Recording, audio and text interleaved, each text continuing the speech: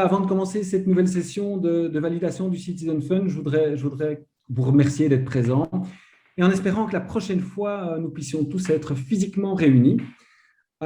Ceci dit, en étant présent ici ce soir, c'est vraiment un cadeau que vous vous faites à vous-même et puis aux autres, car en participant activement à cette initiative citoyenne qu'est le Citizen Fund, vous marquez votre intérêt pour un monde plus équilibré, plus compréhensible, plus responsable, plus joyeux également, enfin bref, plus humain. Un monde plus équilibré parce qu'en investissant, par exemple, dans un projet culturel comme le Kinographe ou tel autre qui adresse la dignité humaine et l'environnement comme Enthusia, ou encore dans Happy Horse Market qui propose de réduire le gaspillage alimentaire et de venir en aide aux plus démunis, vous montrez que le changement de paradigme doit concerner tous les secteurs de l'activité humaine. Alors, je parlais d'un monde plus compréhensible et plus humain. Vous savez comme moi que la finance actuelle est tellement complexe que même les professionnels de ce secteur ne savent plus exactement ce qu'ils financent ou achètent et qu'en outre, de plus en plus de décisions de placement sont basées sur des algorithmes. Un monde plus responsable, car non seulement vous vous intéressez de près à vos investissements en posant toutes vos questions afin de bien comprendre les enjeux, mais aussi parce que investir dans un projet nous rend co-responsables de sa réussite au même titre que ceux qui pilotent ces projets. Je parlais d'un monde plus joyeux parce qu'il est évident qu'en choisissant de participer à ce fonds d'investissement coopératif, on est tous amenés à rencontrer de belles personnes et ce soir ne fera pas exception, avec des projets inspirants, ce qui est de nature à nous rendre optimistes et joyeux. Avec les deux projets qui vous seront présentés aujourd'hui, Ma Ferme et Bipart, nous allons aborder le thème de la résilience alimentaire et celui de la participation citoyenne, qui sont deux enjeux fondamentaux du monde de demain. Et maintenant, je propose que Aurore prenne quelques minutes la parole pour expliquer ce qu'est exactement le Citizen Fund, parce qu'après ces belles paroles, eh bien, venons-en au concret. Super, merci beaucoup Alain. Alors, on a été rejoint entre-temps par quelques autres personnes, donc bienvenue à vous. Je vais vous partager mon écran. Voilà, si tout va bien. On te voit encore, hein, Aurore ? Ah, on me voit encore, super, ça c'est une bonne nouvelle. On voit l'écran, mais on te voit aussi. Super. Voilà, mon ordi est un peu frisé, mais là, vous voyez bien l'écran. Hein. Oui. Tout se passe bien, génial. Du coup, bienvenue ce soir à notre rencontre avec Bipart et Ma Ferme. Juste avant qu'on commence à parler de ces projets, on va vous parler très rapidement du Citizen Fund, donc, qui est un fonds d'investissement, mais pas un fonds d'investissement comme les autres. On est vraiment un fonds d'investissement coopératif. On est une coopérative et nous, notre pari, c'est de faire confiance en fait à nos propres investisseurs, à nos coopérateurs, et on se base vraiment sur un processus d'intelligence collective pour choisir les projets qu'on va financer, avec comme seul critère, comme seule boussole, l'impact sociétal et la rentabilité économique, ou au moins la pérennité économique. Donc concrètement, comment est-ce qu'on fait pour mettre en place notre système d'intelligence collective? Quand Alain et moi, on rencontre un entrepreneur, on s'assure d'abord qu'il réponde à certains critères comme justement la pérennité financière, l'impact sociétal, mais ce n'est pas nous qui décidons si on le présente à vous ce soir. On va en fait organiser un comité de sélection qui est composé de coopérateurs qui ont été élus pour 1 an et composé d'experts aussi qui changent à chaque fois en fonction des projets. Et ce comité de sélection va vraiment challenger le projet. Donc, ce soir, Stéphane et Berthe ont tous les deux passé ce comité de sélection. Ils ont été challengés de façon bienveillante normalement. Et s'ils sont là ce soir, c'est parce que le comité de sélection a décidé qu'ils répondaient à 5 critères qui sont essentiels pour nous, qui sont donc l'impact, la pérennité financière, la motivation de l'équipe, sa capacité de réalisation et le fonctionnement de leur entreprise. Ce comité de sélection donc, a décidé que les 2 projets que vous allez rencontrer sont bons pour être présentés. Et donc, ce soir, on vous les présente. Vous avez l'occasion d'entendre leurs projets, de leur poser toutes vos questions. Et alors, si jamais si jamais vous avez des questions, peu importe les questions, vraiment, vous devez les poser. C'est l'occasion jamais d'en savoir plus. Et après ça, nos coopérateurs, donc nos investisseurs à nous, vont choisir, ils vont voter en fait en ligne sur notre site internet si oui ou non on finance Bipart et si oui ou non on finance Ma Ferme. Ils vont voter pendant 10 jours et après ces 10 jours, on aura un résultat. Si jamais il y a 50% des coopérateurs qui ont voté qui sont pour les financements, alors on financera. Et si pas, eh bien, on ne financera pas. Donc, c'est vraiment le dernier mot revient à nos coopérateurs.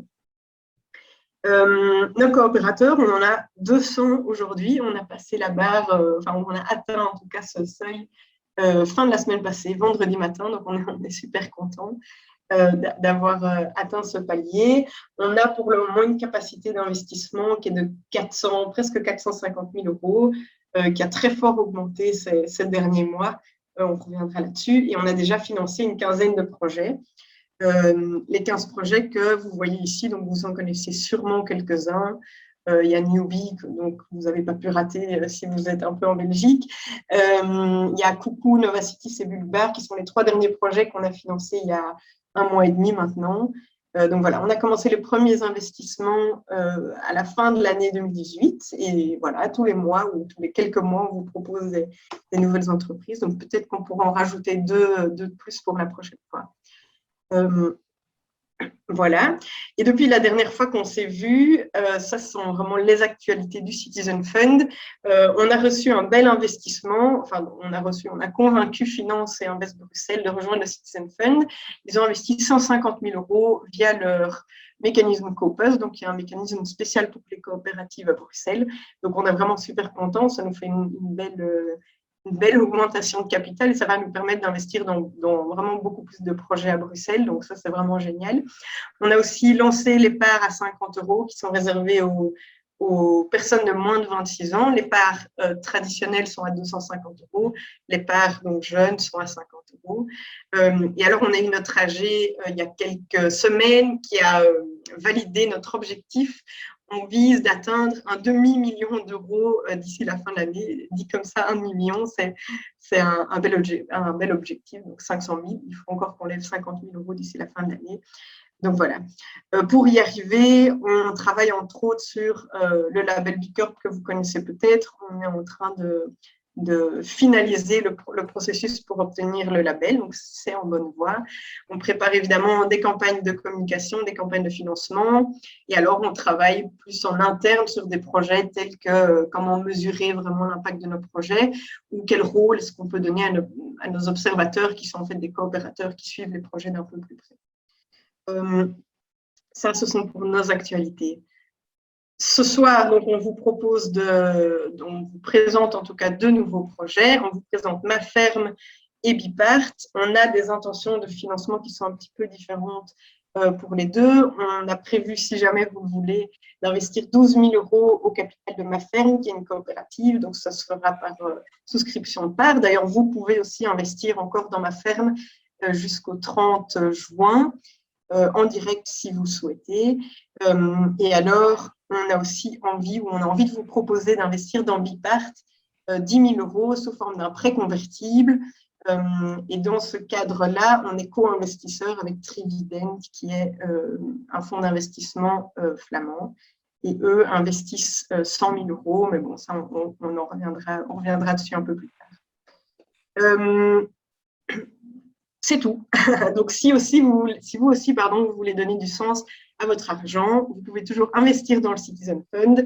Et alors, nous, on s'occupe avec vous de réinvestir cet argent dans des projets qui nous garantiront un meilleur futur.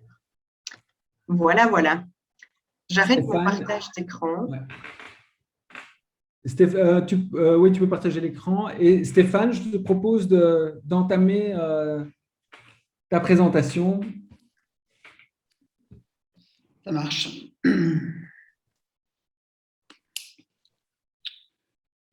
Hop.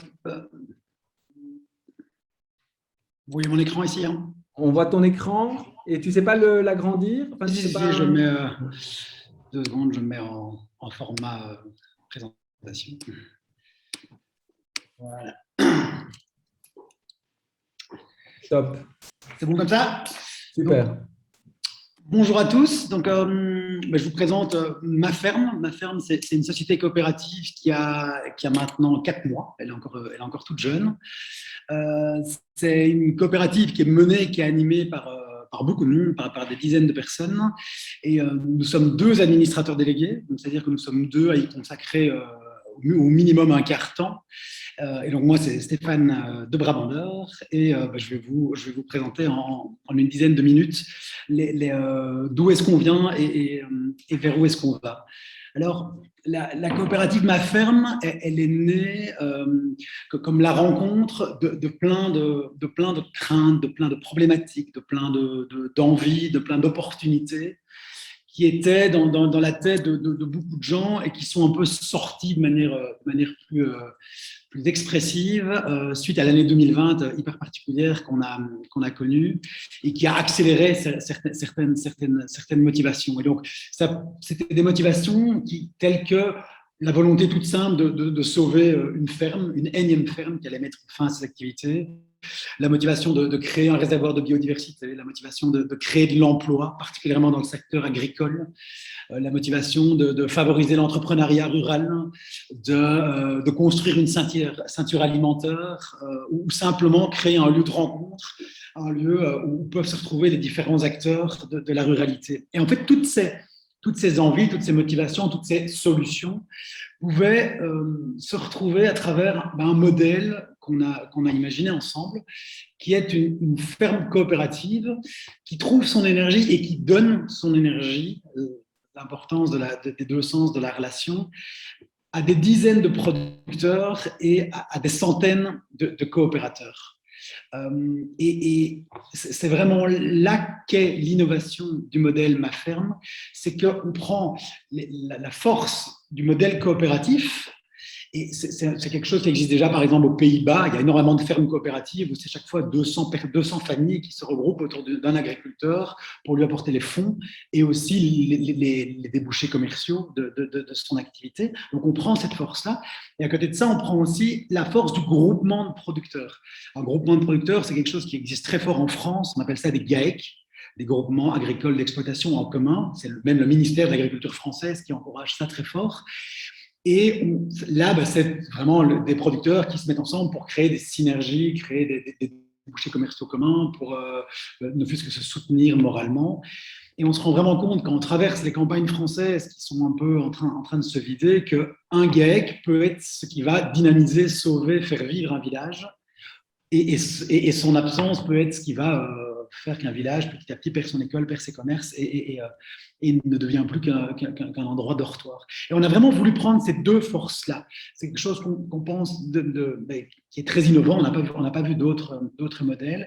Et on est vraiment convaincus qu'ils sont en fait tous les 2 indispensables à la solution à toutes les problématiques que j'ai pu décrire et qui donc ensemble peuvent vraiment construire un nouveau modèle rural. Alors, on s'est mis en recherche d'un endroit pour répondre à notre modèle et pour y développer notre solution. Et on a trouvé la ferme Courtaubois. La ferme Courtaubois, c'est un domaine de 10 hectares. Donc, on n'est pas dans les superficies des grandes fermes de grandes cultures qu'on peut connaître en Belgique ou en France. Mais elle nous intéressait fort parce qu'il y avait déjà une taille minimale pour pouvoir y faire de l'élevage, y faire de la culture. Et surtout, il y avait 3000 m² couverts à travers tous les entrepôts qu'on peut voir là. Il y avait deux maisons d'habitation. Et donc, c'était une ferme qui pouvait déjà accueillir tout un équilibre de plusieurs activités. Ce qui était notre critère numéro 1. Alors, cette ferme, c'était bien sûr un gros investissement, comme toutes les fermes, et c'était presque ce qui devenait, c'était une première réponse à l'importance de notre modèle, c'est qu'on était sur une valeur d'acquisition autour de 1,5 million d'euros. On était, on a besoin d'être des centaines pour y arriver. Et donc, ces centaines de personnes serviront très certainement aux débouchés commerciaux, mais tout d'abord, elles vont nous permettre de développer nos activités. Et ces activités, elles vont être de deux types principaux. D'abord, être vraiment une pépinière d'entreprise. C'est-à-dire, on a rencontré des dizaines de porteurs de projets ruraux ou agricoles qui, soit n'osent pas se lancer tout seuls, soit ne trouvent pas la terre, soit ne trouvent pas les bâtiments, soit n'ont pas les fonds, la force, la connaissance, l'équipe pour oser se lancer. Et nous ont dit, en ayant vu ma ferme, ça a été le déclic et on a décidé de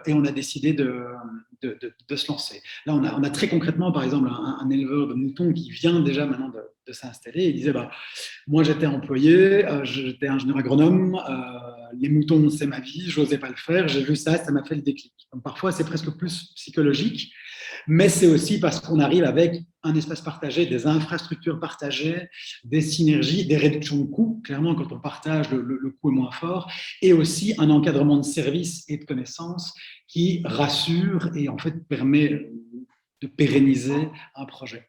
À côté de ça, ma ferme va avoir ses propres activités. Parfois parce qu'un porteur de projet va dire moi je voudrais le faire au sein d'une structure beaucoup plus forte, et ça c'est typiquement le cas du maraîchage.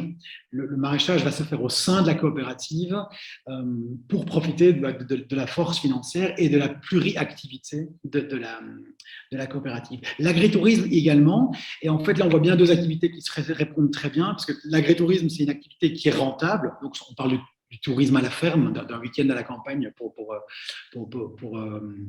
des non-agriculteurs. Et c'est une activité qui est permise grâce, typiquement, à un maraîcher, grâce à un éleveur. Et donc, on voit que la complémentarité de l'équilibre financier qui permet les différentes activités. Et ici, je le répète, mais c'est vraiment la diversité des activités qui est indispensable, non seulement à l'équilibre financier, comme je le disais, mais en fait aussi à l'équilibre environnemental. Les fermes telles qu'on les voit encore dans les livres de nos enfants ou que l'ont connu nos grands-parents, c'était des fermes qui avaient plusieurs activités, non seulement parce que financièrement c'était plus sécurisé, mais aussi parce qu'au niveau environnemental, l'impact était beaucoup plus léger. C'était un impact qui était diversifié, qui variait sur l'année, là où une monoactivité va avoir un impact beaucoup plus ciblé, beaucoup plus unique, beaucoup plus concentré, et donc créer des dommages. Donc on voit qu'en fait la sécurité financière, en fait, elle était déjà là si on recherche la sécurité et l'équilibre environnemental.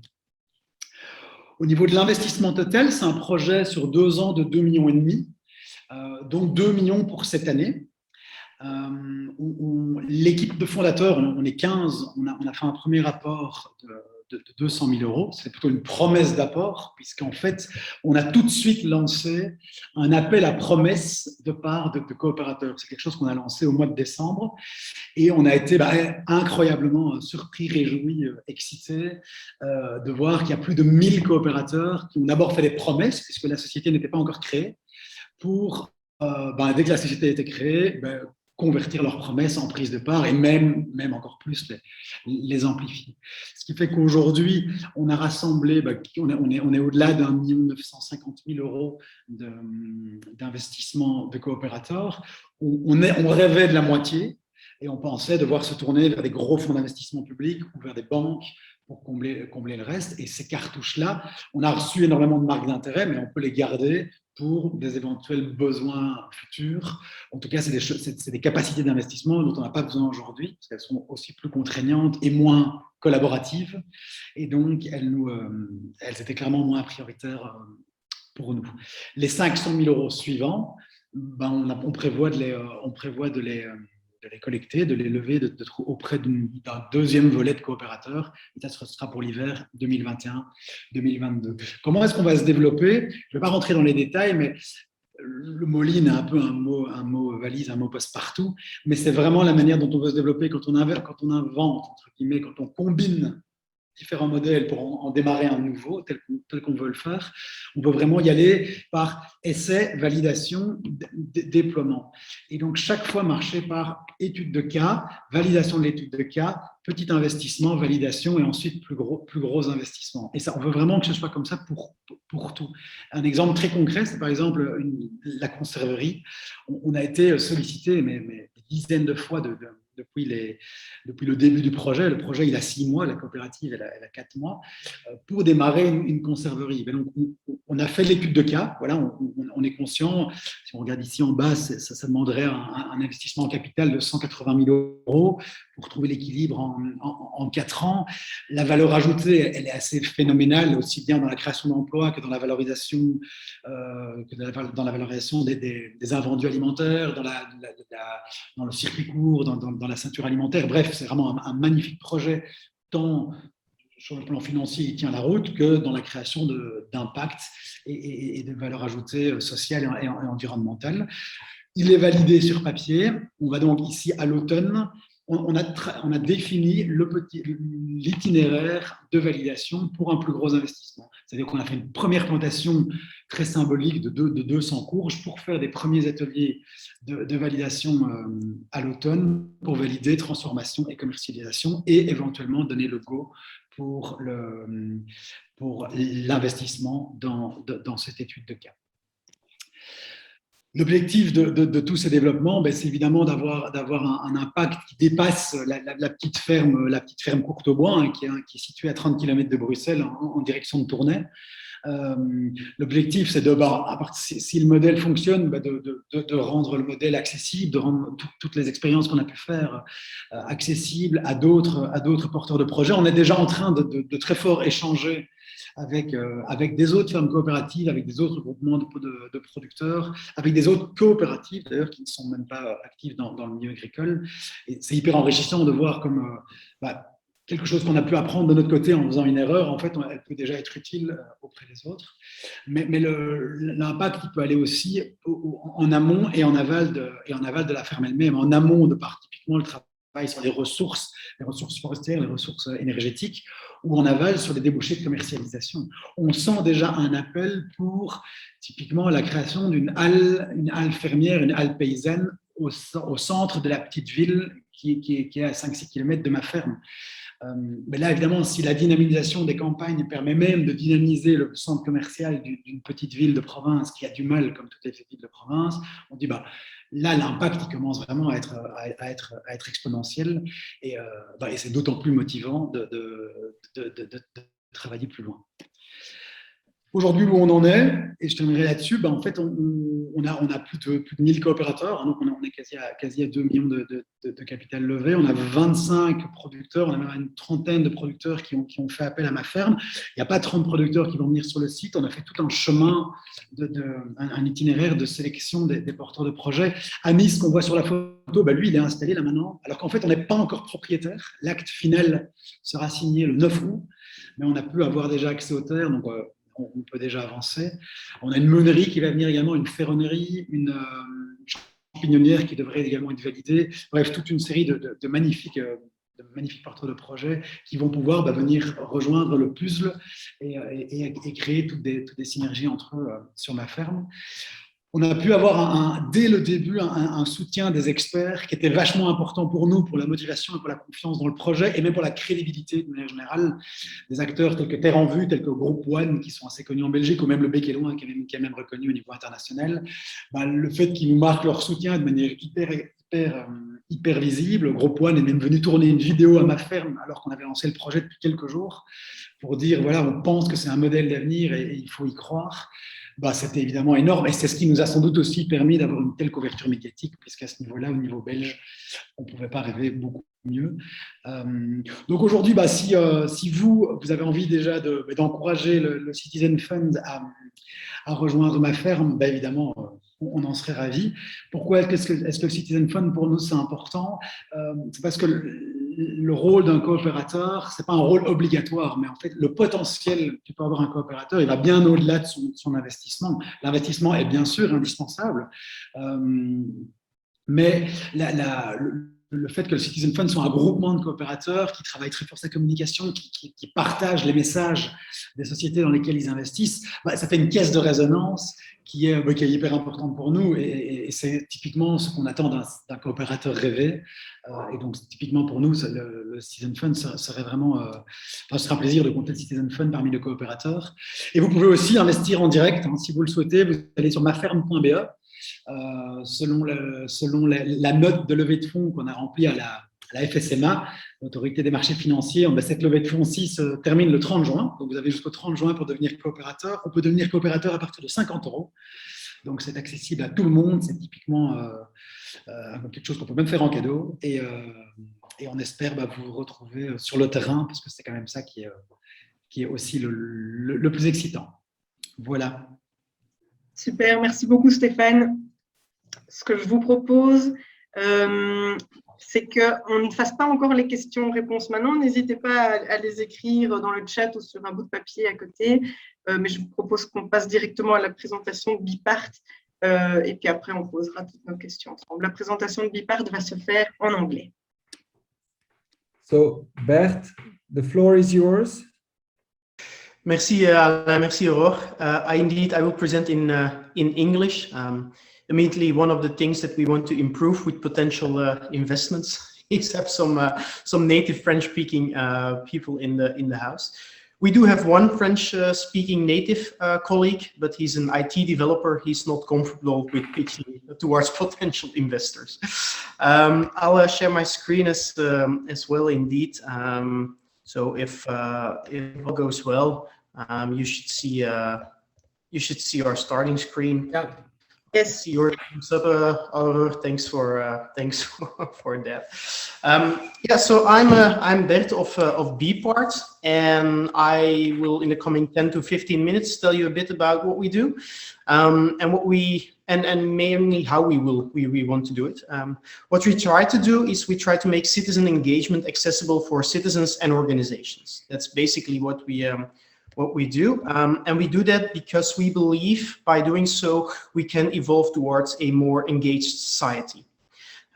We think that's important because we believe that a society or an organization that has more engaged stakeholders is actually in the long run a more successful society.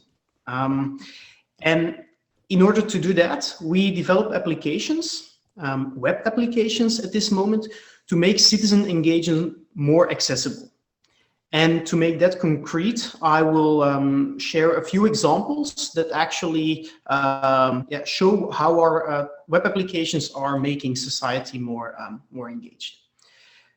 When we develop our applications and our projects, we aim at creating real impact. And an example of that is participatory budgeting. That's a way where actually local governments give citizens direct influence in how the local budget is being spent. Comes in different levels, but the most extreme example is the participatory budgeting in Antwerp, where every year 200 to 300 projects are being pitched, and where over 25,000 inhabitants of the district of Antwerp participate in electing actual projects. So projects that otherwise would not happen do happen in those thanks to those participatory budgeting, and it is our web application that makes this possible. From registering projects to the end to voting which projects will actually be executed or get funded by the city, that entire flow is managed by our web applications. We mostly try to run projects for a better world. So an example of that is the citizen initiative, The Biggest Tree Plant in Flanders, with as well international ambitions. So I hope it will be soon in Wallonia and abroad as well, where they actually use our web application to inform and engage citizens with planting trees, giving information on how you can do that, when you can do that, share information on which times are the best, allowing you to actually register your own tree when you planted one, and creating all that dynamic, that atmosphere around that citizen initiative is something that's being done with our web applications. We try to focus on participants as broad as possible. And the example I brought for that is a picture that you see of a very small town in Flanders. It's called Capelle op den Bos.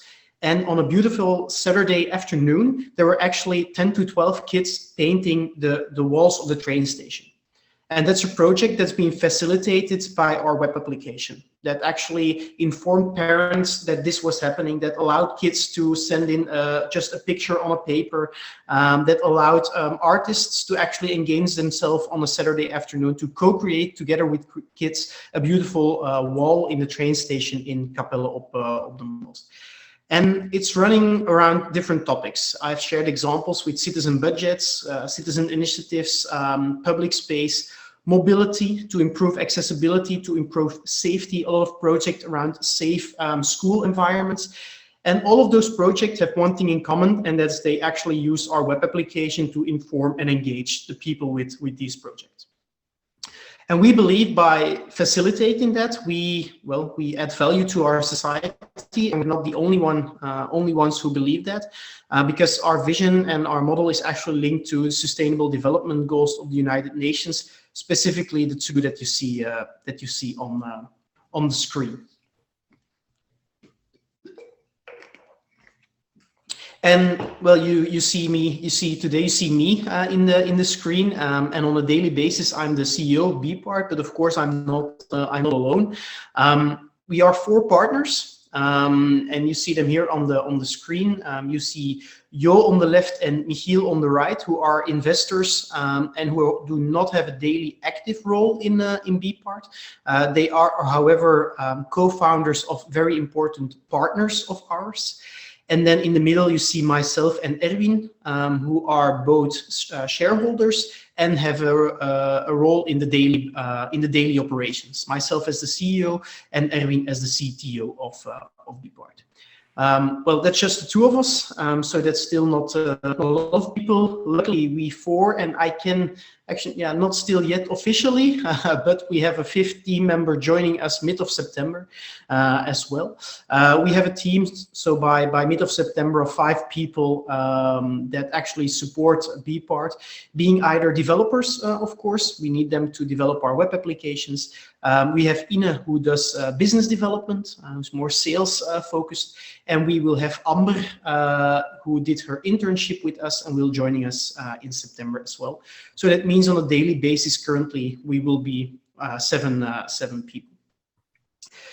So we're a lot of people who already believe in Bpart, but we already convinced some others as well. We're not a typical startup anymore, or we are not a typical startup because we are a spin-off of another company.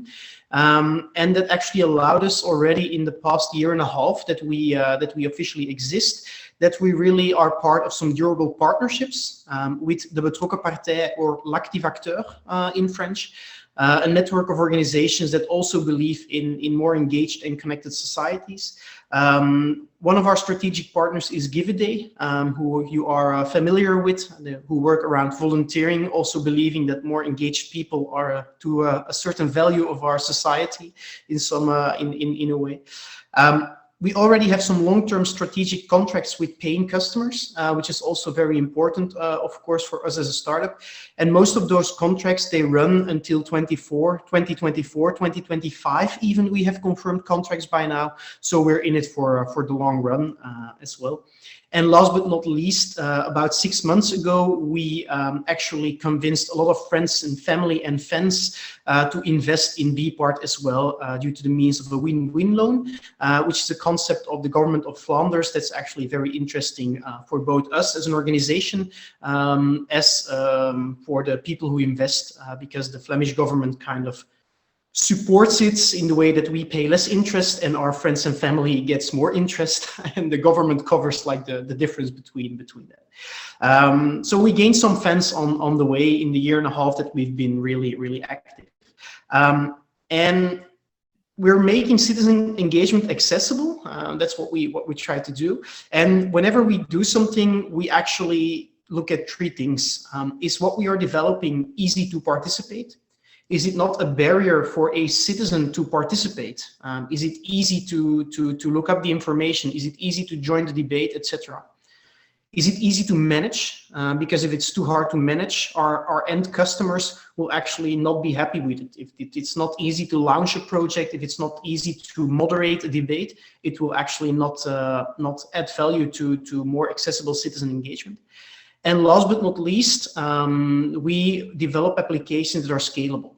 So that means that there is a limited effort on our end to onboard new customers, new clients, new citizens who participate. We actually have a model that allows us, with our current facilities, to triple the amount of clients that we have without huge investments in our infrastructure, which is a huge plus in our business model, of course. And those three pillars allow us to develop an ecosystem of applications, and they're being used already by a lot of organizations to create impact. Currently, we have already over 70 organizations using our applications. That's paying customers. We also have some free customers, to call it like that. They've run the past year over 200 projects already. We've had over 80,000 visitors, and we have over 20,000 citizens who already registered to our tools and platforms to actually co-create a better society with their cities, or with citizen initiatives, or with organizations in general. And that's only after a year and a half that we've been really focusing on Bpart as a scalable business. We're definitely in a growing market, but it also means a growing competition. And I'm sure that some of you will have heard at least one of the companies that is on the current slide.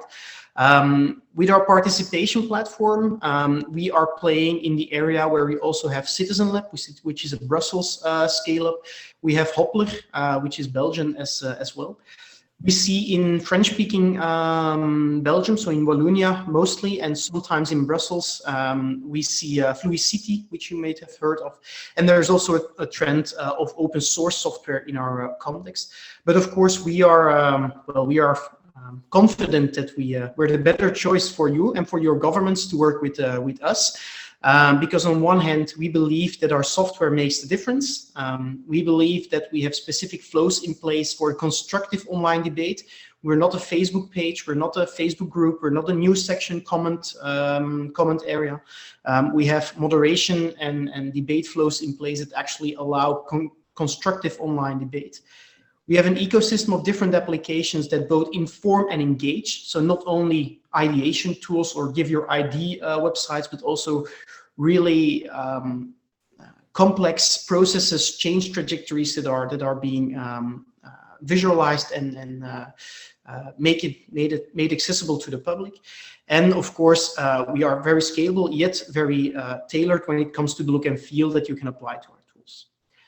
Next to that, we have a very strong network with a lot of expertise. I mentioned it before, we are a spin-off of a company, which means that our mother company has been around for about 10 years. And we've built a very strong partner network.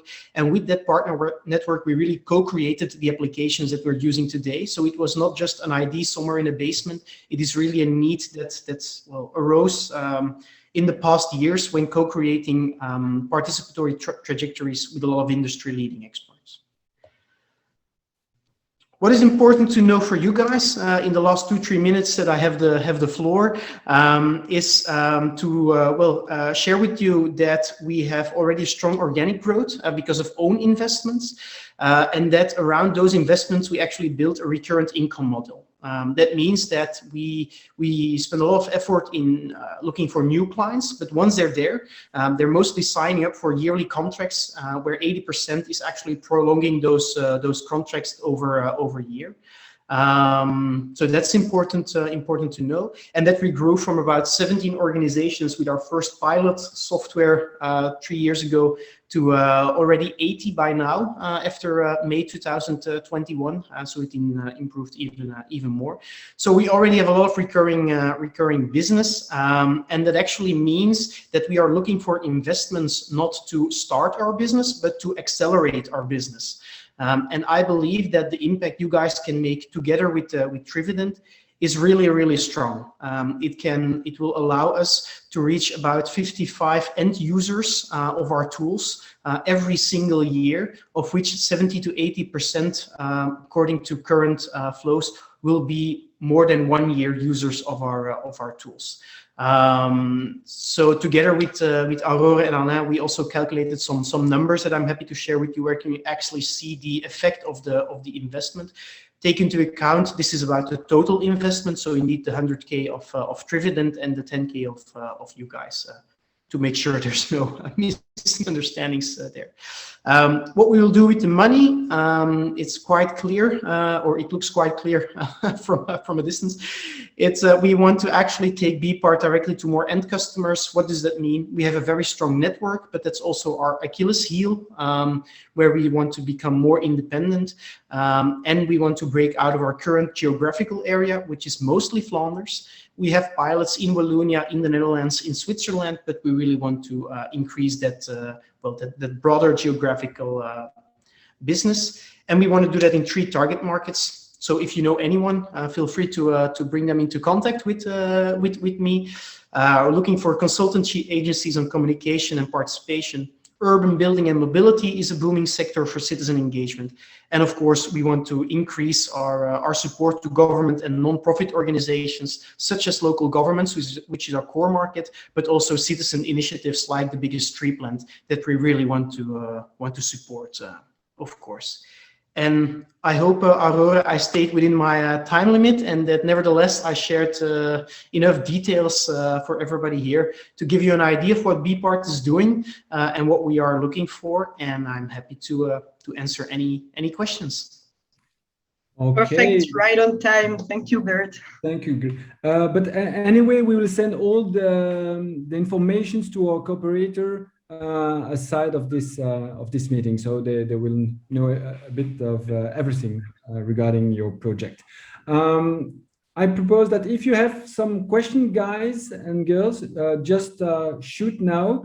There was already an interesting question regarding Maferm, whether enfin, si on pouvait bénéficier du tax shelter, pardon, pour Maferm. But is it the same case for BPart?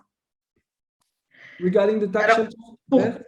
Pour BPart, vu que oui. Nous sommes des fonds d'investissement qui investissons, le tax shelter n'est pas applicable pour nous. Mais peut-être que pour Maferm, ça je ne sais pas, je laisse Stéphane. Donc pour Maferm, le tax shelter est d'application, pas pour le Citizen Fund, puisque vous êtes une société, mais pas donc pour les particuliers qui investissent dans Maferm sur ce round-ci, donc jusqu'au 30 juin, il est d'application, mais il faut savoir que le tax shelter ne s'applique qu'à 250 000 € de capital par société, et que donc nous ici nous répartissons proportionnellement ces 250 000 € sur, à peu de choses près, le 1,5 million qui a été levé auprès de particuliers en personnes physiques. Et donc, chacun peut bénéficier du tax shelter à peu de choses près sur 1/6, 1/5 de son investissement, à partir de 5 000 €. Comme il y a quand même des frais de dossier, enfin, du travail de dossier à faire, à partir de 5 000 €, on peut bénéficier du tax shelter sur 1/5 environ de son investissement. Tout est détaillé sur notre site internet, en fait, sinon à ce niveau-là, vu que c'est un petit peu technique. D'accord, super. Pour BPart, comme vous dites, Aurore, c'est le Citizen Fund qui investisse, donc le tax shelter là, il n'est pas appliqué. Oui, pas applicable. Moi, j'ai aussi tout de suite une question pour Stéphane. Quelles sont finalement les sources de revenus pour Maferm? Alors, les sources de revenus principaux, elles seront de 2 types. D'abord, l'accueil de sociétés qui viennent et de projets qui viennent se développer sur Maferm. Et là, on veut s'éloigner le plus possible d'une bête relation de propriétaire à locataire. C'est-à-dire qu'on veut, d'une part, s'adapter le plus possible à l'évolution des revenus du projet et au risque des revenus du projet, pour justement ne pas mettre la pression et rendre ça le plus pérenne possible. Et donc, on travaille vraiment au cas par cas, projet par projet, parce qu'évidemment, un ferronnier n'a pas du tout la même structure de coûts et de revenus qu'un éleveur de moutons ou qu'une meunerie qui emploie déjà 5 personnes. Et donc, on veut vraiment être le plus aux variables possible et surtout être le plus complet en termes de services rendus. Et donc, dans tous les cas, ça s'accompagne généralement d'une surface réservée, mais de l'accès à plein de services tels que un espace de coworking, des services de communication, l'accès aux différents événements organisés par ma ferme. Donc ça, c'est une partie, c'est l'accueil d'entreprise. L'autre partie, c'est les activités réalisées en propre, typiquement le petit restaurant, le petit bar qui sera à ma ferme, l'accueil de touristes agricoles, le maraîchage. Ça seront des activités qui seront opérées par ma ferme. Ensuite, ce sera complété par plein de petites activités complémentaires, telles que un événement qui accueille 2000 personnes sur un week-end. En fait, qu'on le veuille ou non, ça fait vite un complément de revenu qui sera significatif sur l'année. Comme je le disais, il y a 2 maisons sur le site. Les 2 maisons, évidemment, on va essayer d'accueillir les locataires qui sont le plus impliqués dans ma ferme possible, idéalement des producteurs même.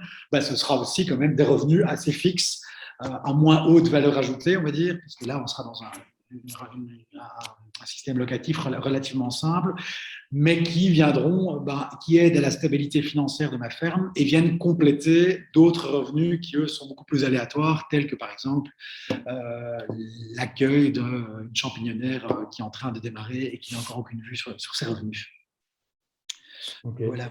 Mais vous pourriez, par exemple, aligner ce variable sur le chiffre d'affaires des sociétés qui s'installent, par exemple. Tout à fait. C'est exactement ça qui est en train de se discuter, mais il faut juste tenir compte. Parfois, je sais pas, je prends l'exemple si un artiste vient un petit peu en résidence parce que ça se met bien et qu'il va juste occuper 15 mètres carrés, avoir une chouette valeur ajoutée sur ma ferme, il va de soi que la relation, elle sera peut-être différente, ou bien même un boulanger qui va venir faire toute sa production là, mais va écouler lui-même sa production à travers ses propres canaux, il aura des...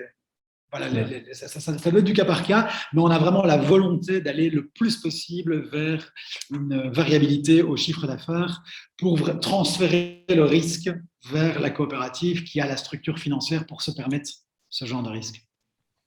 OK. Super, merci beaucoup. I have a question for Bipart. If you oui. Si vous avez des questions, n'hésitez pas. Sinon, vas-y, Alain, je t'en prie. Okay, I would like to know about how many cities are already using your solution and where? Yeah, so currently we have about 80 organizations that are using our software, of which 40 to 50 are local governments. Most of them are located in Flanders. We have some exceptions. For example, we have the city of Brussels, our capital, who's using our software as well. We have Lenzburg, which is in Switzerland, for example, that our tool is being used. But most of the local governments that are engaged with our tools, they're actually Flanders municipalities. And that's 40 to 50 of the 80 organizations that are using our tools. I have a question for our Flemish. Sure. I see a lot of similarities with Citizen Lab. How do you differentiate yourself with their solution? Yeah, so indeed, Citizen Lab is on the aspect of a participation platform for municipalities. Is this a direct competitor? There you need more of a nuanced debate to see the differences. I believe our tool is stronger when it comes to the informative aspect of citizen engagement, and also for complex trajectories, we make the difference. You can have custom flows. For example, with mobility projects or participatory budgeting, you can make a flow that is a little bit more complex for a citizen, but that allows you as a organization to inform them as well, because before they give their comments. For example, you can enforce a citizen that they first have to look at a mobility plan before they can give their remarks on the plan. with competition, not only Citizen Lab, but with a lot of other tools, you can't do that. You can publish the plan and you can publish the give your ID button, but you can't force like the flow, which causes the debate to explode out of the context of the actual trajectory. Okay. There's some technical differences when it comes to moderation analysis as well, but the biggest differences are when it comes to software. It's the informative part and the fact and the difference you make on complex trajectories. If you want to engage citizens to give their ID for new projects in a city, well, if you can also do it with the Google Forms. I mean, doesn't make that there. It doesn't make a difference.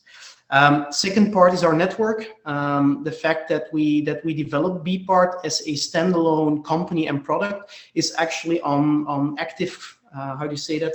Because those partner organizations actively asked us to do so because the market did not offer the tools they needed to do very strong citizen engagement trajectories.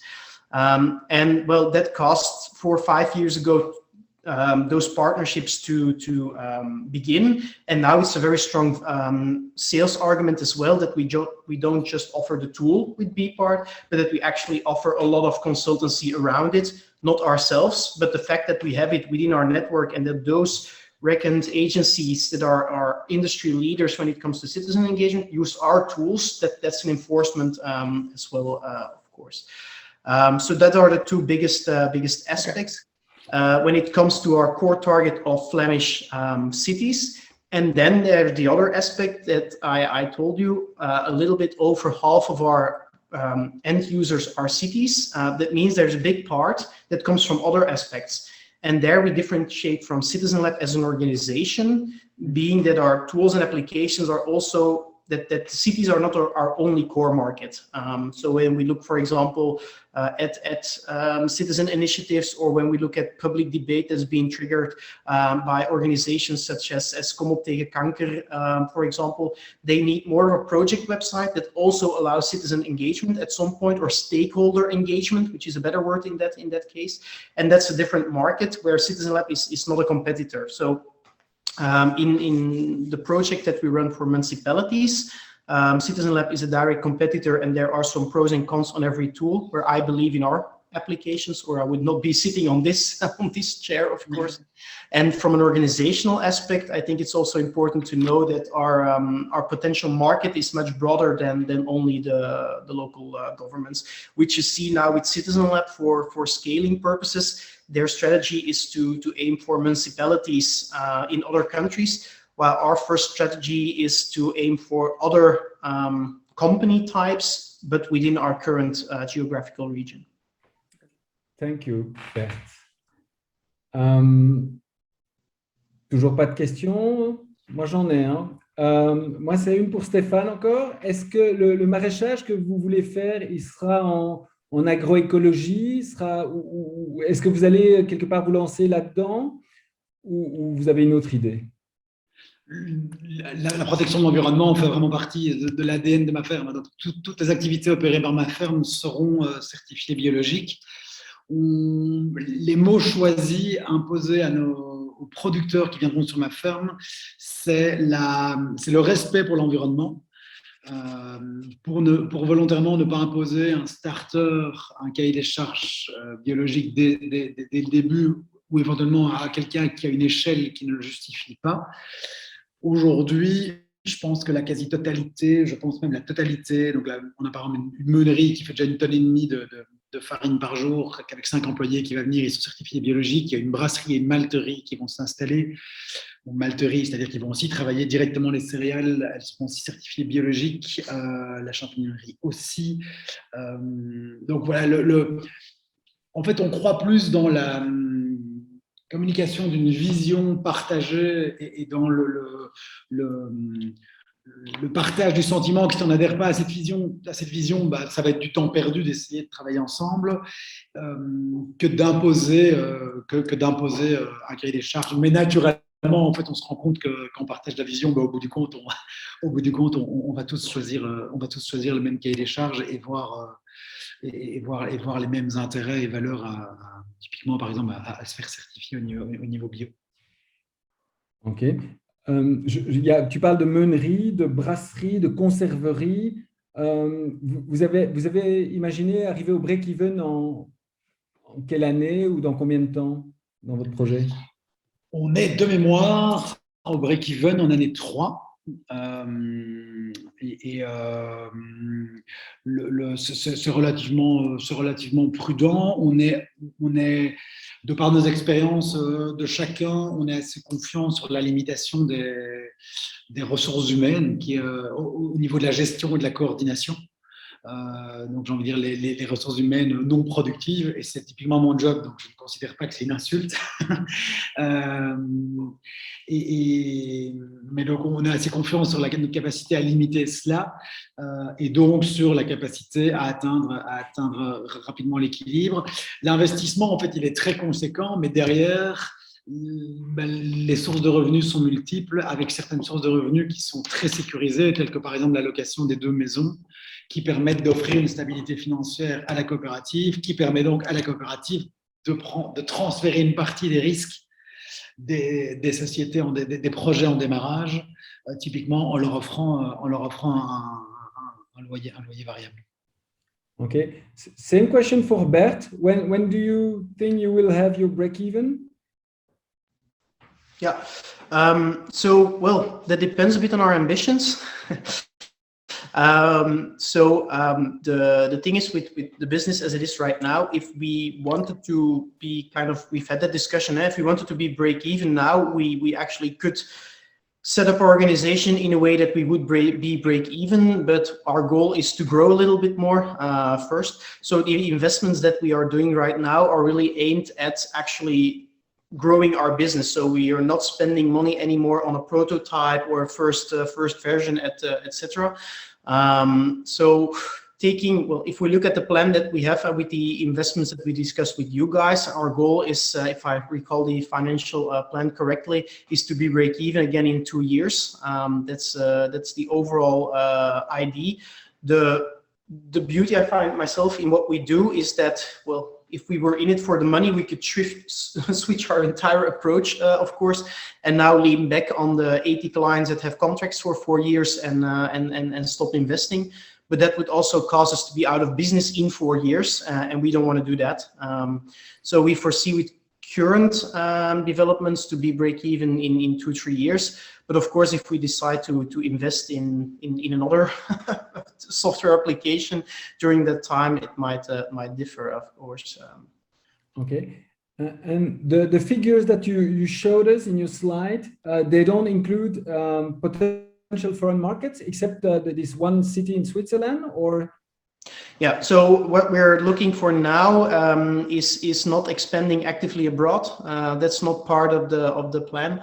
That requires an entire different approach. We would need much more capacity to do international prospecting, to look for international partners, etc.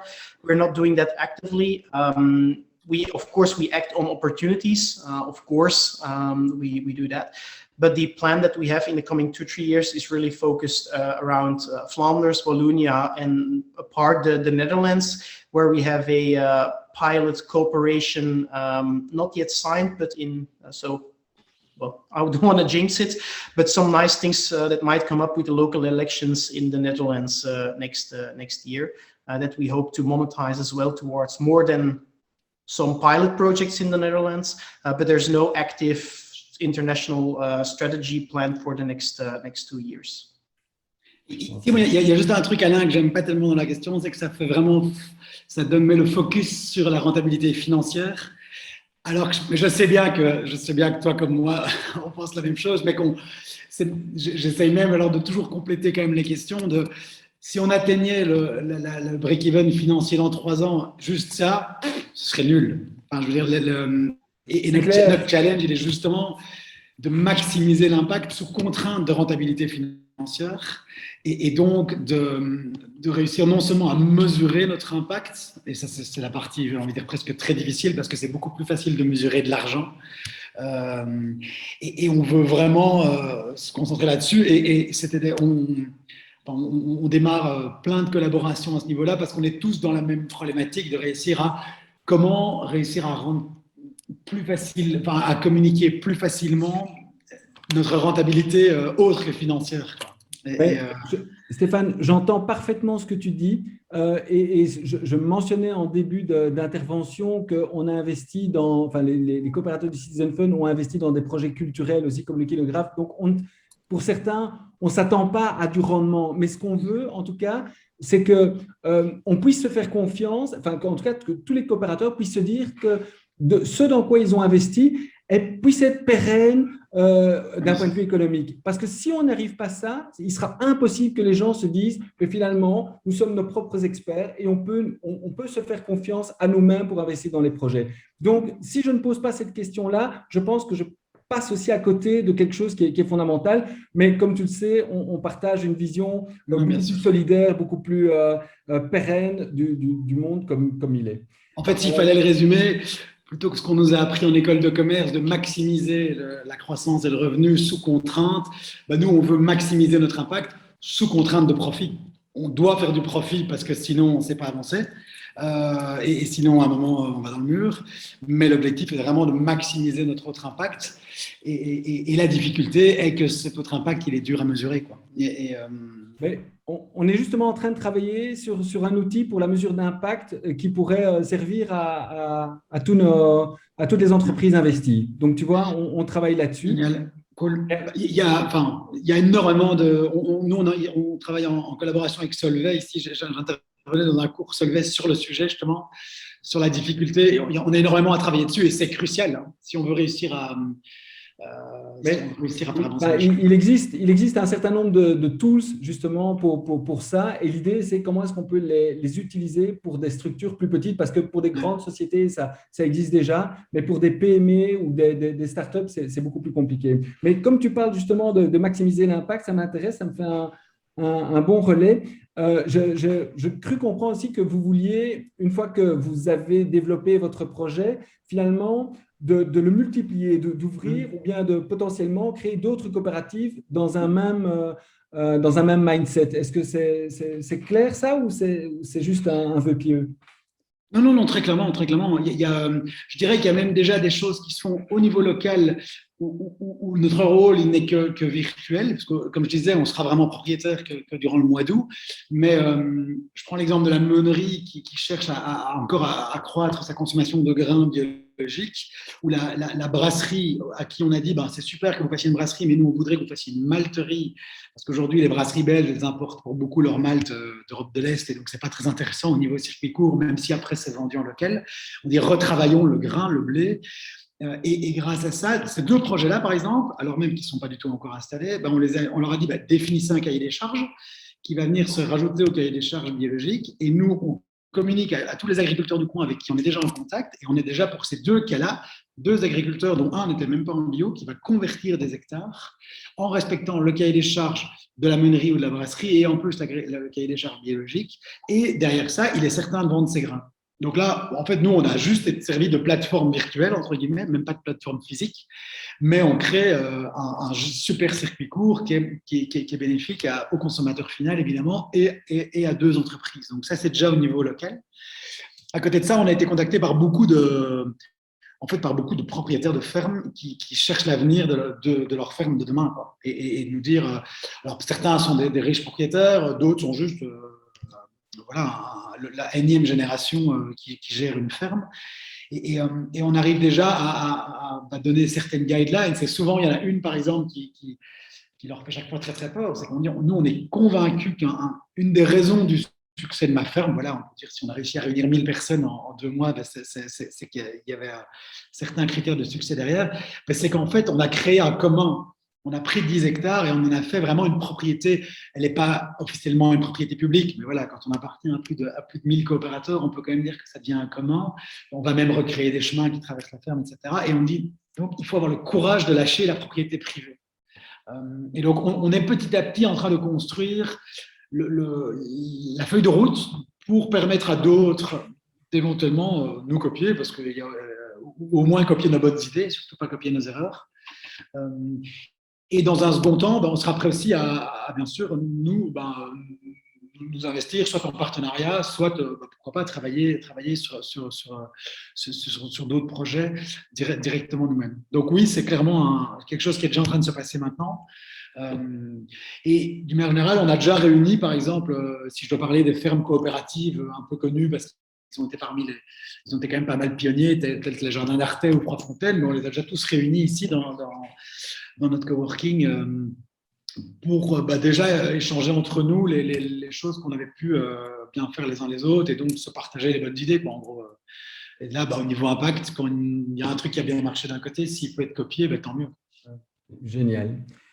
Well, I still have questions, so if I'm the only one talking today, Bert, why is BPART not developed inside the mother company? Why did you create a daughter company instead of developing all the project inside the company that is still that exists since 2011? Yeah. So indeed, that's exactly what we did. So Tree Company was a consultancy agency. That means that a potential client who had a discussion with the colleagues of Tree Company, they create a proposal, like a plan of what they will do, and if the client approves, then the project goes through. All right, that's the idea of consultancy business, and afterwards you're being basically paid by the hour that you perform.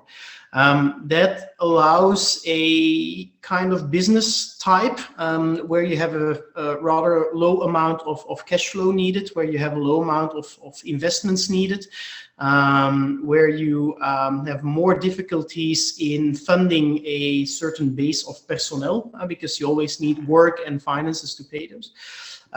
It's a kind of type of business, and to develop actual scalable software, you need to have the investment upfront.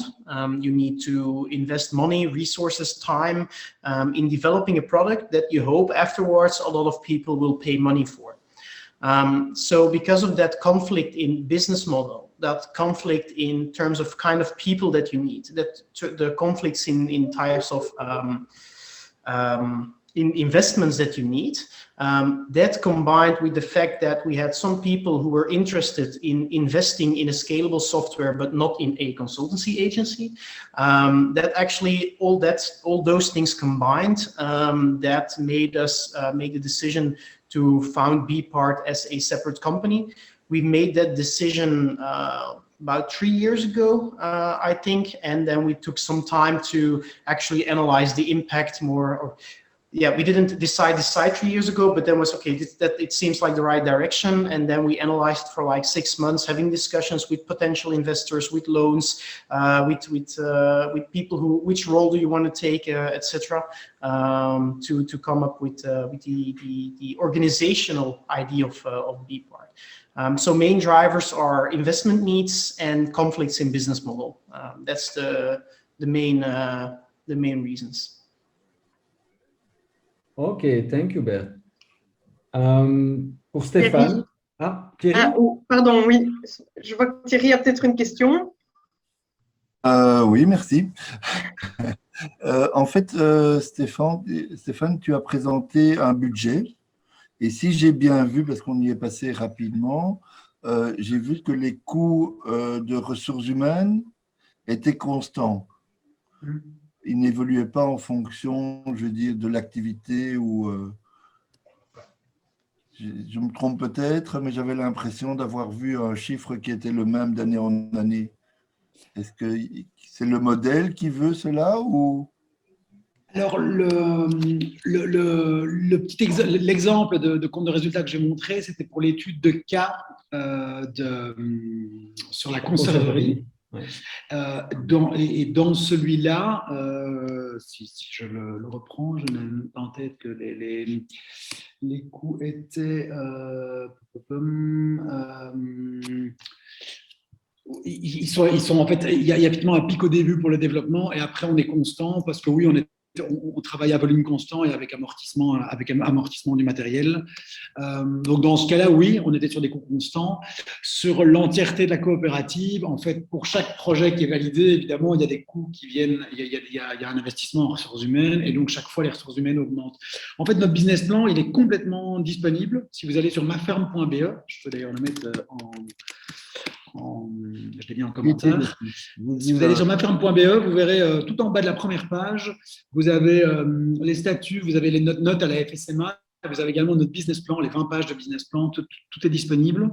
Et de ce business plan-là, vous avez même un lien vers tous les tableaux, vers les tableaux financiers, où là, on a vraiment tous les détails, projet par projet, année par année, mois par mois même, je crois, des différents chiffres. Et on a mis ça public parce qu'on s'était dit que voilà, ça pourrait être utile. Et puis surtout pour ceux qui ont, non seulement pour ceux qui ont envie d'investir, mais aussi éventuellement pour ceux qui se posent des questions sur leur propre projet.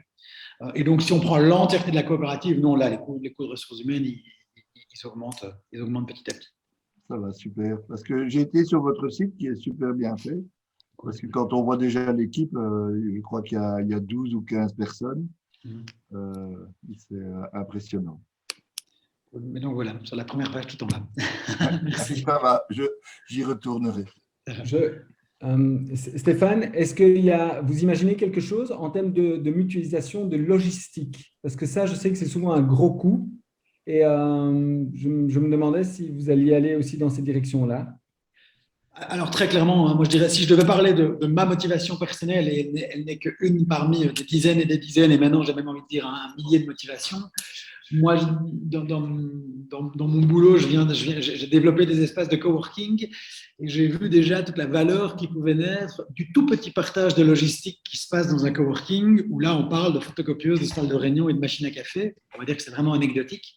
Quand je voyais déjà toute la valeur qui pouvait se créer, d'abord l'économie financière d'un côté et puis la valeur humaine de l'autre, j'ai commencé à transposer ça petit à petit au secteur agricole où on a un autre besoin de partage, de lutter contre la solitude et un autre besoin face à l'infrastructure.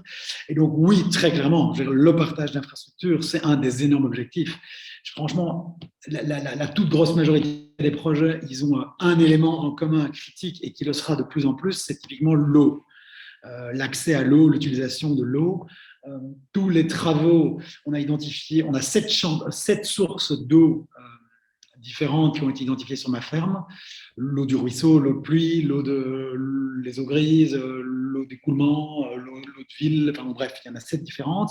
Sur ces 7 sources d'eau-là, il y a chaque fois des investissements qui savent être faits sur l'optimisation et la récupération et l'utilisation la meilleure possible de ces eaux-là. Et ça, c'est typiquement quelque chose qui sera utilisé et utile pour tous les projets.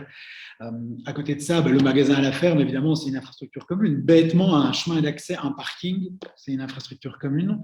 Et après, à côté de ça, il y a des trucs un peu plus ciblés. Typiquement, une chambre froide va pouvoir être occupée mètre carré par mètre carré, mois par mois, par les différents projets. Le magasin, le petit restaurant et le coworking à l'étage, tout ça sera dans le seul bâtiment qui sera chauffé. Ce sera le bâtiment qui sera le plus chauffé. Rien que ça, c'est aussi déjà un partage d'infrastructures assez conséquent. Et donc oui, très clairement, voilà, il y a un tracteur télescopique, c'est la seule machine qu'on rachète à l'ancien agriculteur. Je crois qu'elle a déjà 3 utilités dans chaque projet. Et que ce soit pour mettre les panneaux de la champignonnière ou pour aider à la plantation des vergers. Donc oui, je pourrais vraiment citer beaucoup d'exemples et c'est clairement un des éléments super importants et qui attire même les porteurs de projets. C'est de pouvoir mutualiser, entre guillemets, variabiliser un investissement de départ. Ok. Super. Est-ce que vous avez d'autres questions? Thierry, Priscilla, Louis, Frédéric? Moi, j'en ai encore pour Bert, pardon. I would like to know if your customers are initially one shots and then become repeat customers, or you have 2 different kinds of customers. We have 3 different kinds. So we have the municipalities, the one-shot municipalities that have a mobility project or participatory budgeting project, or their multi-plan strategic exercise, and they start for a license with 3 months, 4 months, something like that, and then afterwards, so that's the first kind. Then it evolves towards a multiple year contract. We had a big spike of that with the last local elections, where in preparedness of those local elections, there were some very last minute projects, but all of them translated to long-term contracts.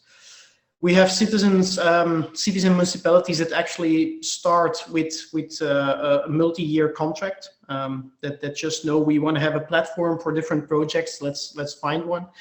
And then, of course, we have the non-cities and the citizen initiatives, the public debates for Kom op tegen kanker, or now we have a citizen science project running where we know upfront it's limited in time, but those that's often still 6 months, 8 months, or year and a half, a lot of most of the time. So that's the three kinds that we have. We have the short-term contracts, the long-term, and the ones in between, of course, where our interest for is of course with cities who have multiple year contracts, because that's a low cost to have recurrent business. And for the shorter projects, we aim at those with other in-between partners, like a communication agency that knows us and then actually takes us with them for short projects. But it's not the cost of customer requirement is for us was to how do you say that, to convince the communication agency to use our tool, and they convince the end client that they need a project website for the small projects. Okay, and then except from cities or the communication agency, which are can you give us examples of your potential clients, customers? Yes, sure. Cities is quite obvious. That's any city somewhere, and then we have communication agencies or architectural organizations. For example, we've worked with those as well. You have Connect is a communication agency. We work with ELIA, the federal organizations for electricity, etc.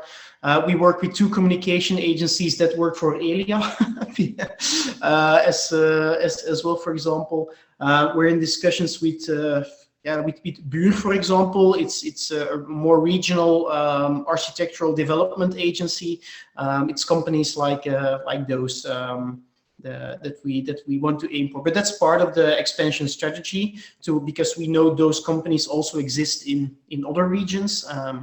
We know them in our region, but we don't know them in Brussels or in Wallonia. But in Brussels, we started working with Ecores, who amongst others works them for it. So it's often that you meet them in one project and then it expands to other contracts and other projects. Yeah, Ecores is a good idea, I think. That's an example of one we worked with, yeah. Or we are working with, not worked, we are working with them. Okay, thanks. Pour Stéphane, quels seraient les avantages quels sont les avantages, outre le fait de participer à un projet génial, mais quels sont les avantages pour les coopérateurs?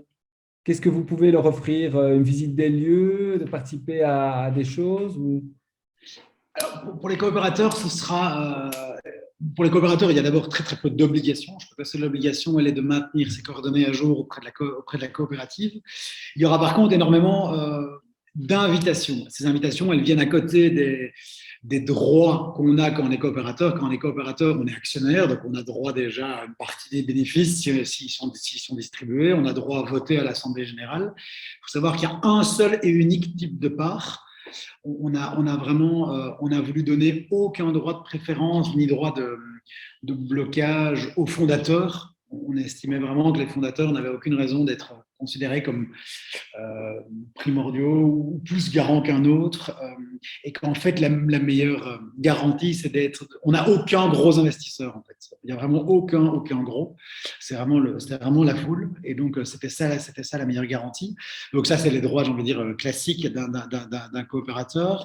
À côté de ça, c'est un ensemble d'invitations à participer à la réflexion en amont de la vie de la coopérative, à la vie de la ferme, et en aval, à profiter de ce qui en sort. Donc en amont, c'est un ensemble de groupes de travail. On va vraiment lancer ça d'ailleurs dans les 10 prochains jours. Je pense qu'il y a notre appel qui part pour identifier justement pour proposer à chacun toutes les différentes manières de pouvoir y participer. Ça va de la réflexion macroéconomique sur la réflexion de la ferme à la participation à un atelier confiture de courge. Bref, à beaucoup de choses. On met toujours bien les limites aussi. La ferme, ça va être un lieu de production professionnelle. C'est pas c'est pas porte ouverte tous les jours.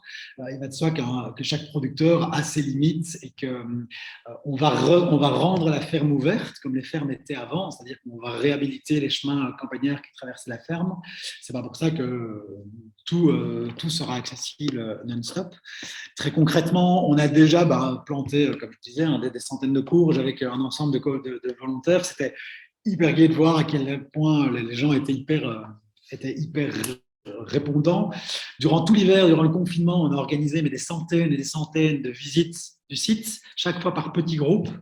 Et rien que ça, c'était des moments super riches parce que c'était chaque fois des profils très différents. Ça pouvait être un prof d'agronome de Jean Blou à un voisin intéressé par la production de tomates.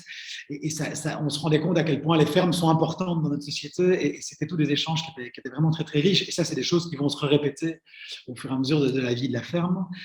Très concrètement, on va avoir notre grande fête de l'automne, puisque c'est à ce moment-là qu'on sera entièrement propriétaire, qui se déroulera au mois de septembre, où tous les coopérateurs seront invités à venir participer à des ateliers, à l'Assemblée générale, parce qu'il faut bien en faire une officiellement, à la vie de la ferme, et après faire un peu une fête de ce super projet. Et également quelques petites exclusivités. On ne veut pas que ce soit un investisseur qui puisse s'accaparer une production, c'est évidemment pas le but.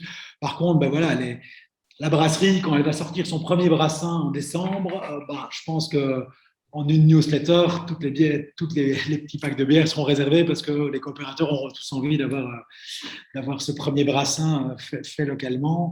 Idem, les framboises primeurs, le jour où on fait la cueillette, on va se tourner évidemment d'abord vers les coopérateurs.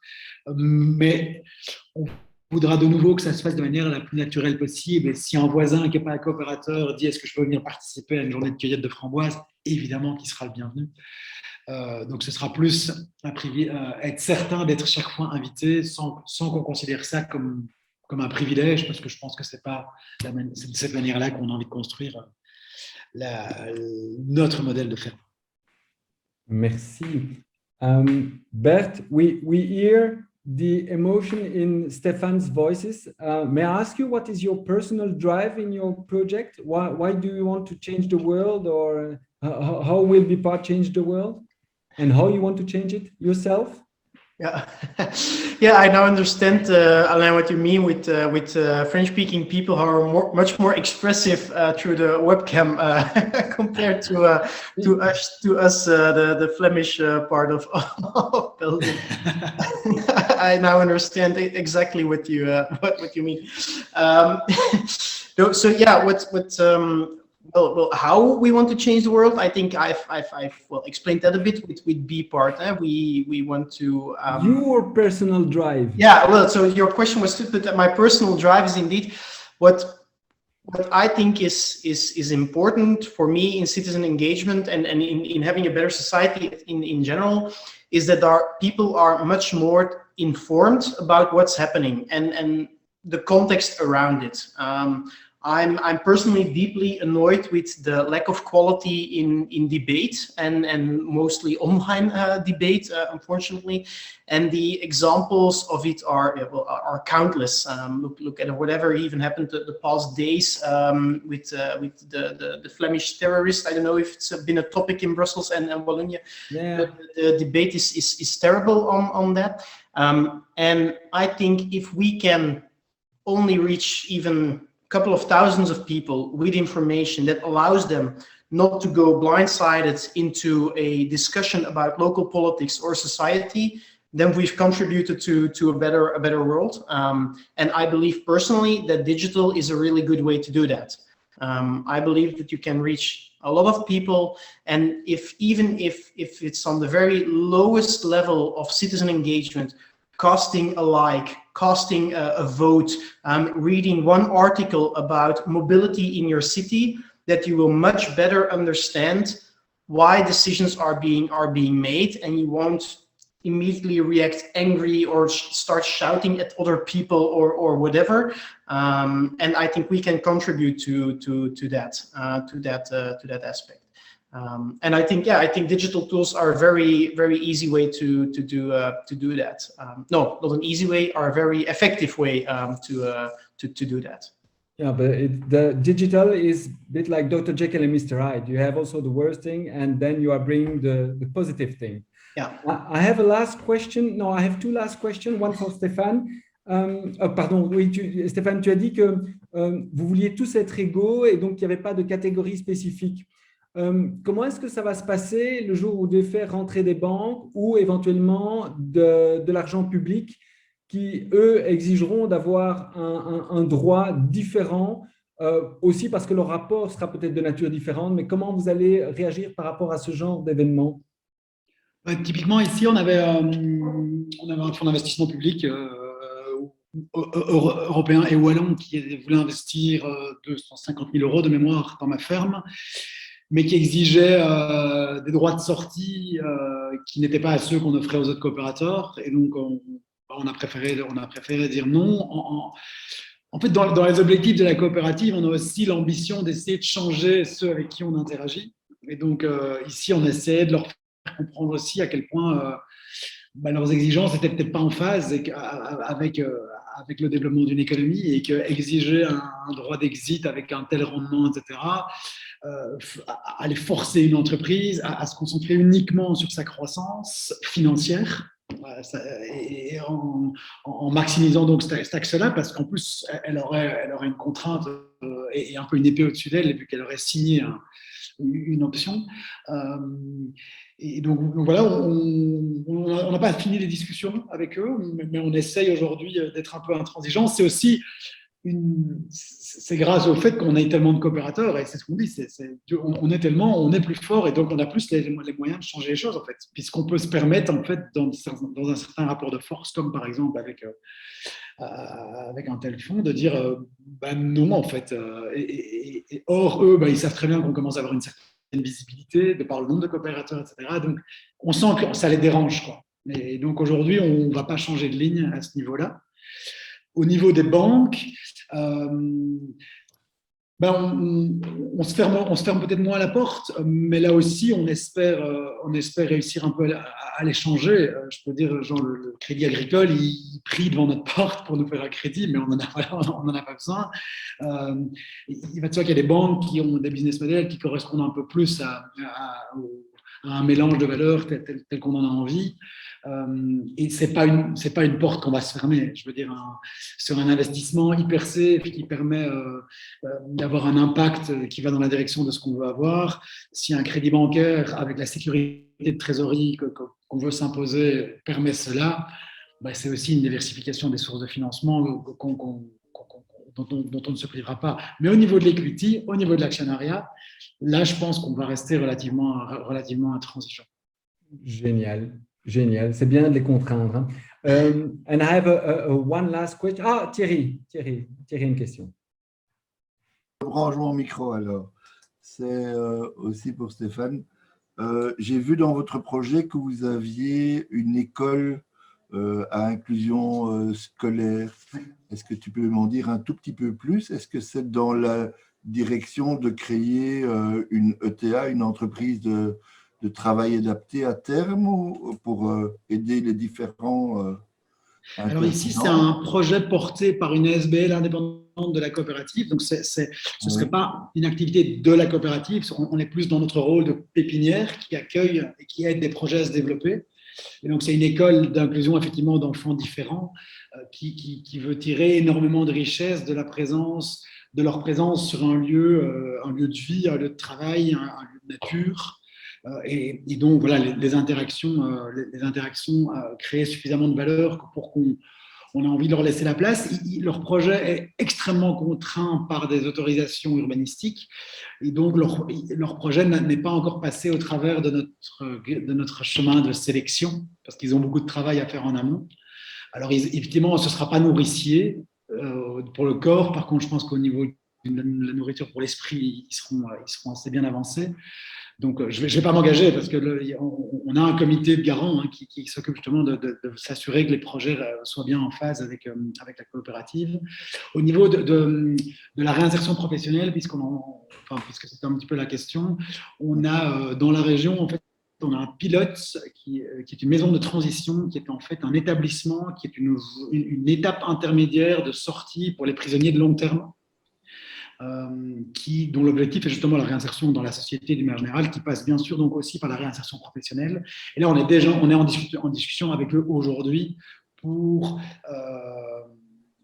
déjà en fait un peu orienter dans nos études de cas et dans la manière dont on prévoit les choses, de laisser une place à ce genre de choses, à ce genre de collaboration, parce qu'on se rend compte que dans la réinsertion professionnelle, tout ce qui touche à l'alimentaire est extrêmement adéquat à ça. Parce qu'en fait, c'est un milieu qui est déjà très enrichissant parce qu'on est très fort en contact avec son client final.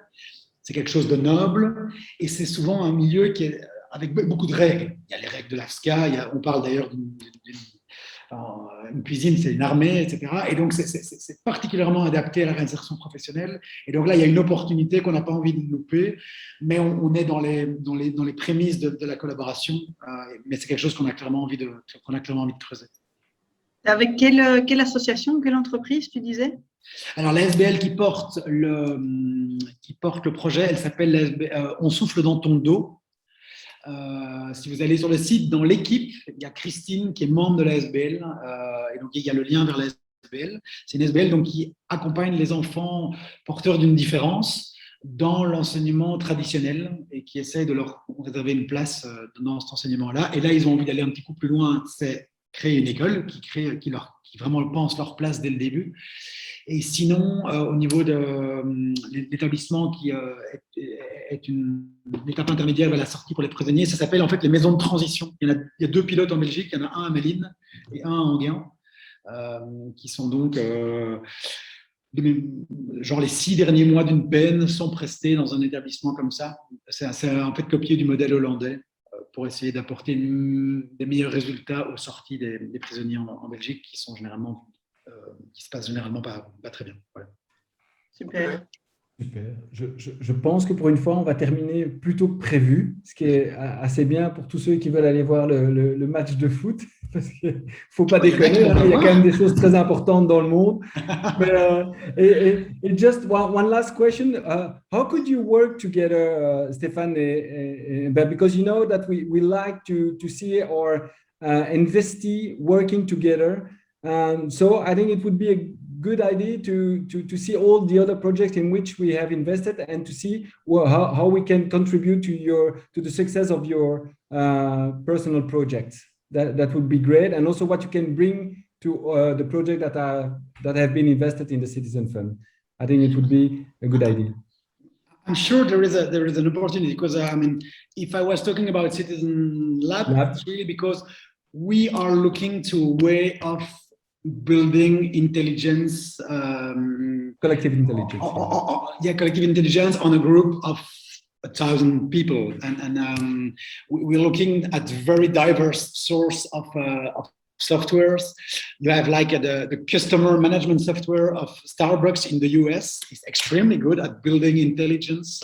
It's very different, but it's a good tool on building like IDs and building on ideas to transform and to make it happen, and I think this kind of tool like Bport is could be used, and we could think about it on collective intelligence. It's really something we have to build up. We have to look after.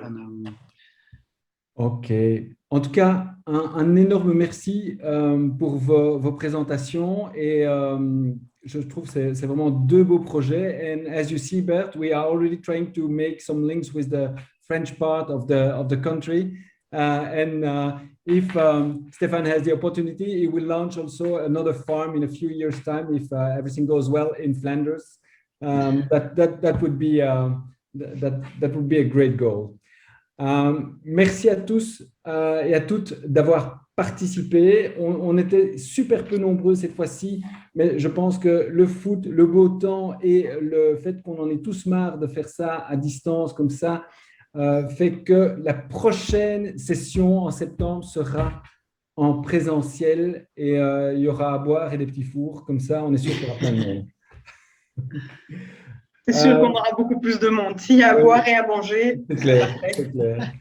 Bon, si vous avez un dernier mot ou quelque chose à encore raconter, c'est le moment parce que sinon on va libérer Bert et Stéphane.